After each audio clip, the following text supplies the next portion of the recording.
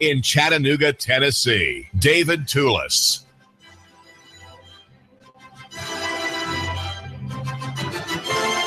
We just have to wonder about the people on city council who are not making a protest against the abuse of people like you. There's a plan in effect. In fact, Chip Henderson has reared back his fist, as it were. And when the vote takes place, that fist is going to be rushing toward you, my listener, and it's going to smack you right on the nose. It might break your nose, and it's certainly going to put a bruise on your frenulum and your upper lip, and may bring a dark spot down to your chin, and he may rear back and slug you again. In fact, there are three ways in which Chip Henderson's measure is illegal and unconstitutional, and it's being done with the complicity of officers of the court. That would be attorneys such as Wade Hinton, the city attorney, and also Mike Mallon, who's a lawful judicial officer in the state of Tennessee, an attorney with Miller Martin, who's taking the side of girls' preparatory school, which wants to make something illegal even more illegal by the creation of a security zone. Around what? Around whom? Well, a security zone around schools, daycares, and who knows, maybe old people's homes, where people who live within a set distance from that facility are going to be prohibited and barred and prevented from using their houses, which are theirs, supposedly, in a harmless, innocent, private, non-discriminatory, non-offensive, and non-injurious manner. All right, that's the story, okay? We have people who want to rent out their houses when they're on vacation, or rent out half of their houses since they're retirees, the children have gone. Half the house is available for rent through the digital economy, the gig city sharing economy, the global intergalactic internet economy. And city council is preparing to say, no, we cannot have gig city in practice. We can only have it as a bit of a little bit of marketing jingle, a little bit of glitter in the media.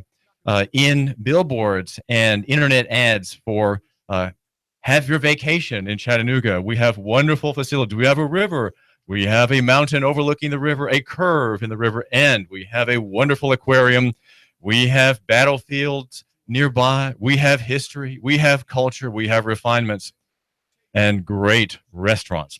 All of that given to people whom we're supposed might want to come to Chattanooga to visit.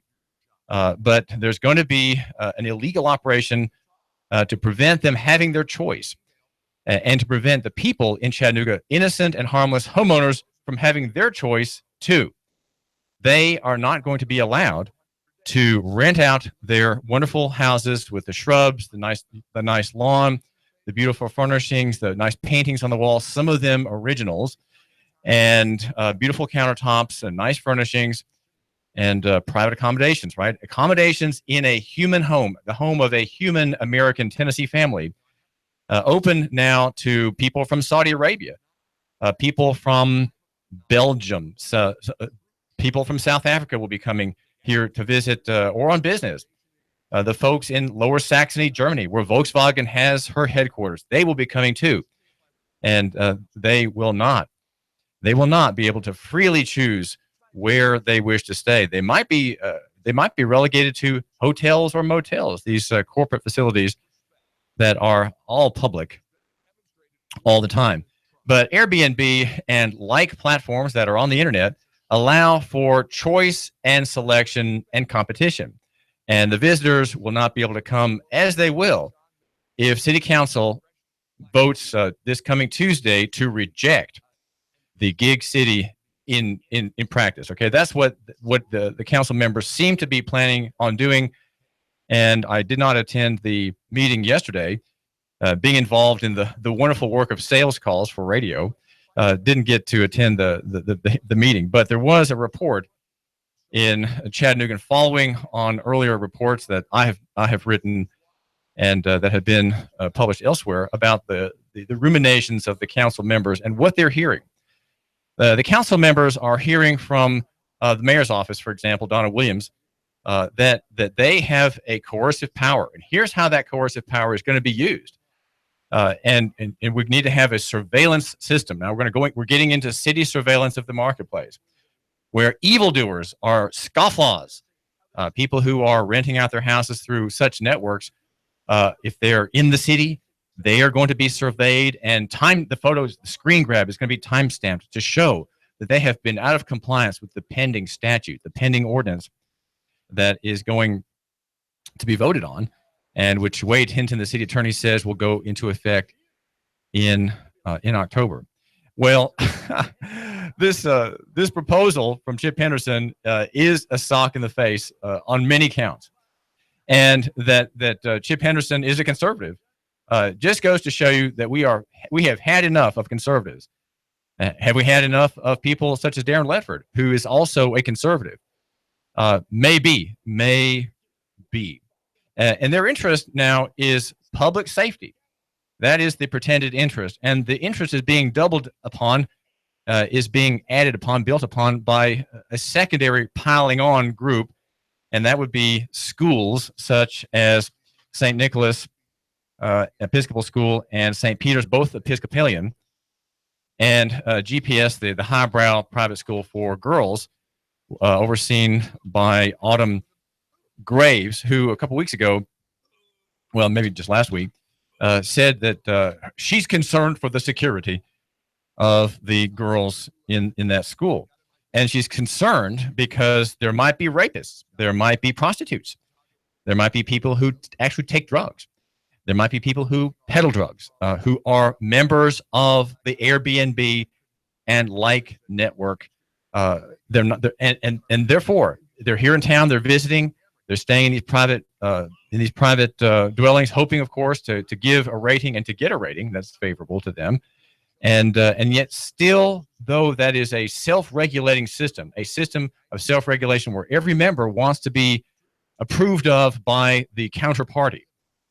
Even so, even though that's the way the system works, without external governmental approvals, you have a system internally regulating where good conduct is rewarded and bad conduct is marked by the reduction in the number of stars that you get on your rating.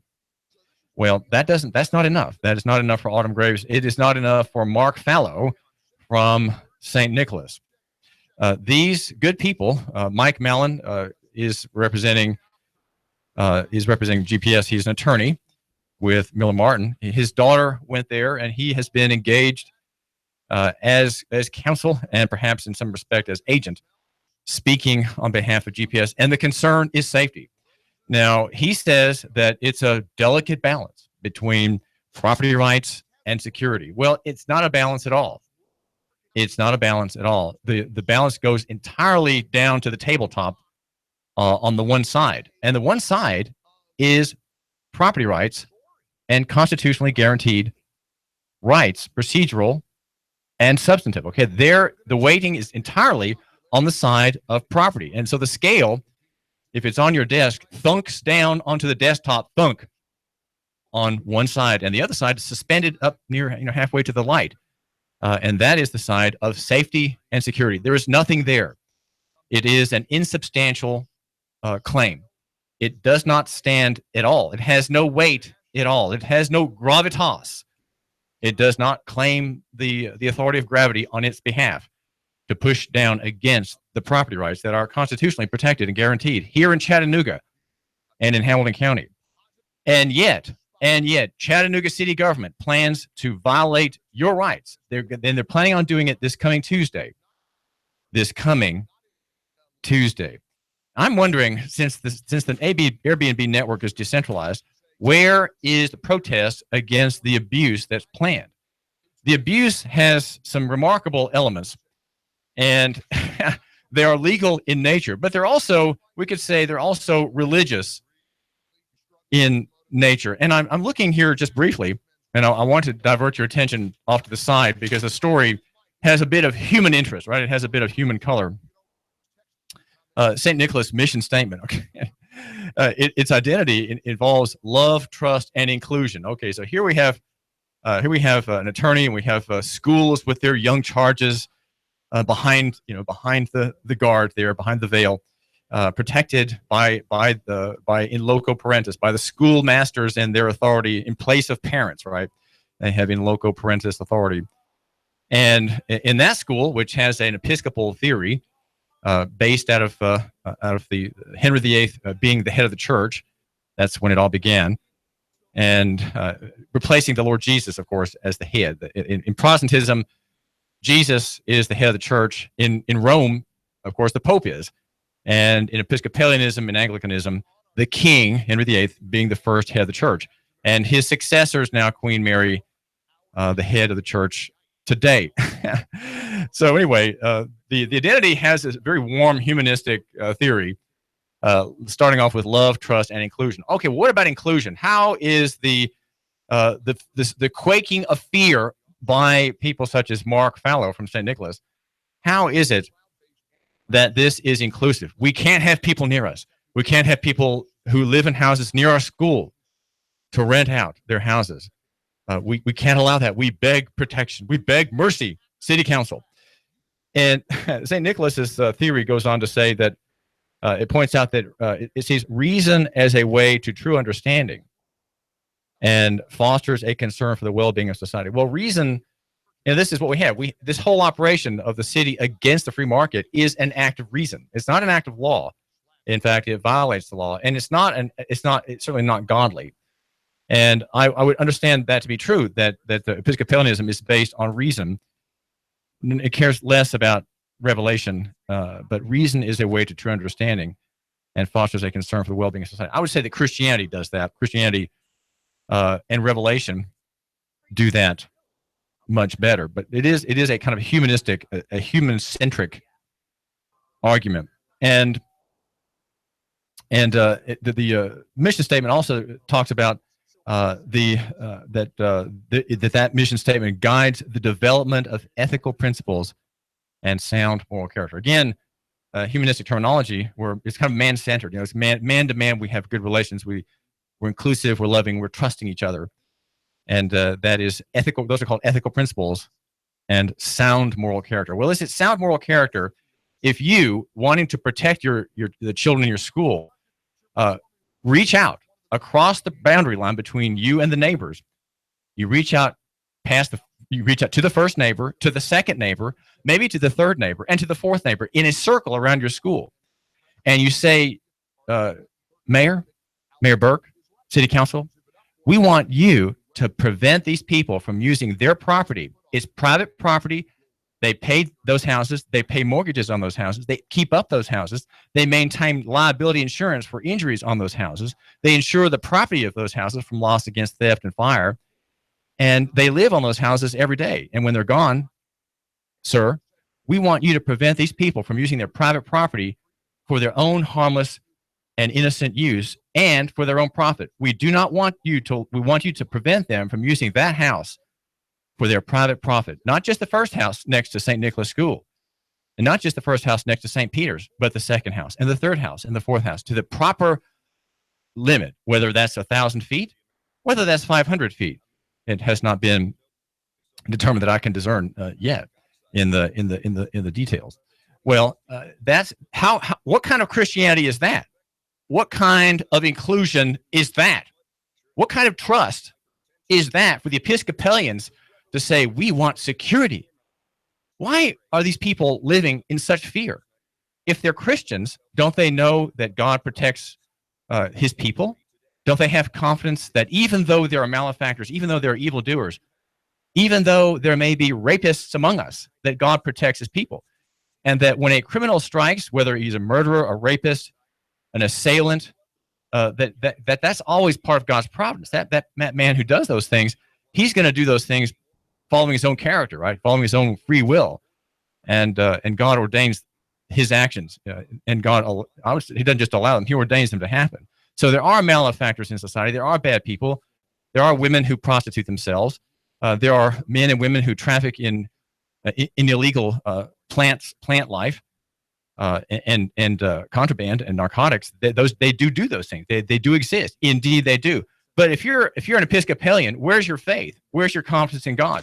Where is your view of society that is inclusive? How is the Episcopalian model borne up and supported and made attractive and seen to be true if these schools are demanding that innocent neighbors be prevented from using their innocent property for their own gain and for the gain of strangers who come here to Chattanooga because they want to visit Chattanooga, the gig city, the landmark city of the South, the environmental city whose reputation was given it largely through the efforts of people like Dave Crockett and the city council back in the 1980s and 1990s who helped make it the environmental city. How is it that the Episcopalians want to undo that? How is it that the Episcopalians, ostensibly Christian people, want to injure hundreds of homeowners across Chattanooga? Well, you see what's happening is these efforts, Mike Mellon supporting GPS in the same claim, they are proposing something illegal on top of something illegal, okay? And then if we go back one more narrative on top of something illegal. So it's three deep by this time. It's three deep.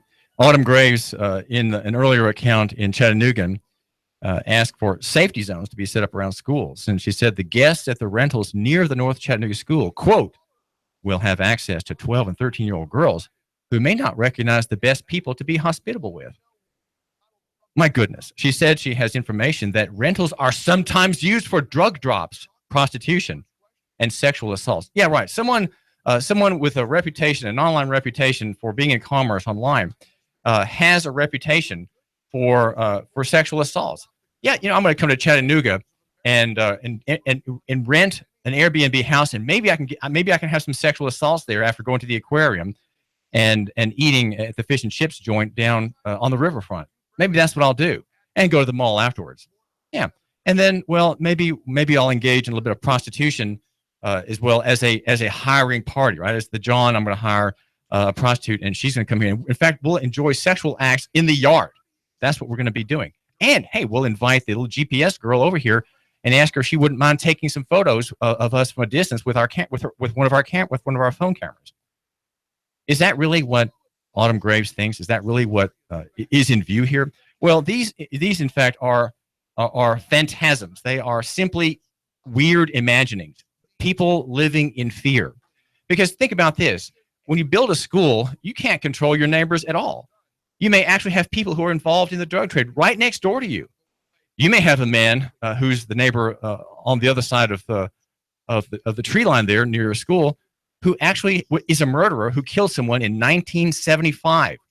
He killed a woman in 1975, and he buried her body out in a little stretch of land near Ooltewah. How do you know that man is not there? I mean, you can't possibly know these things.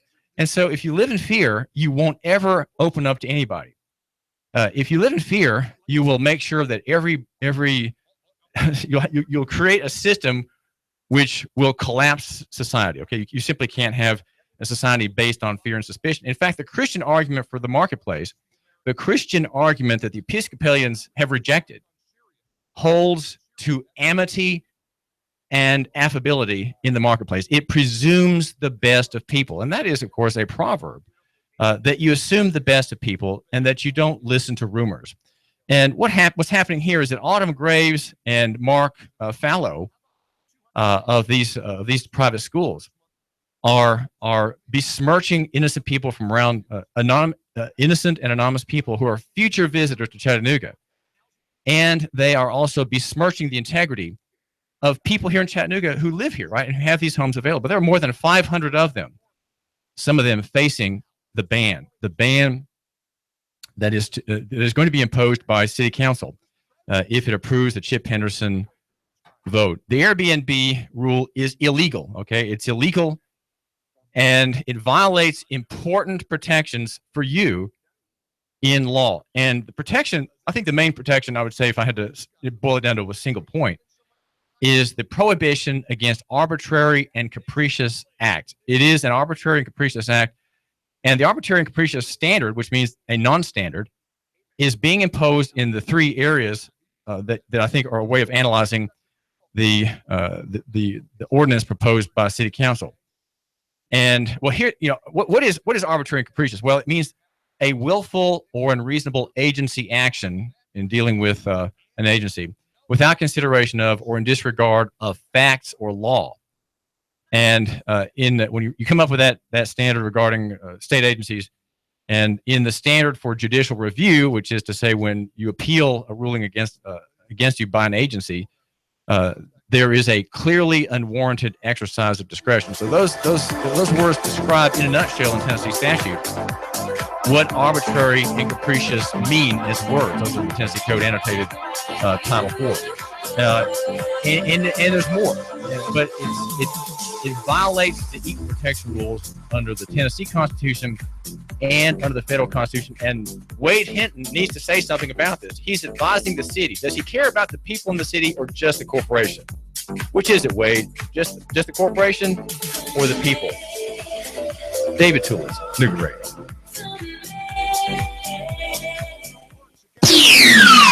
The Tennessee Valley's News Talk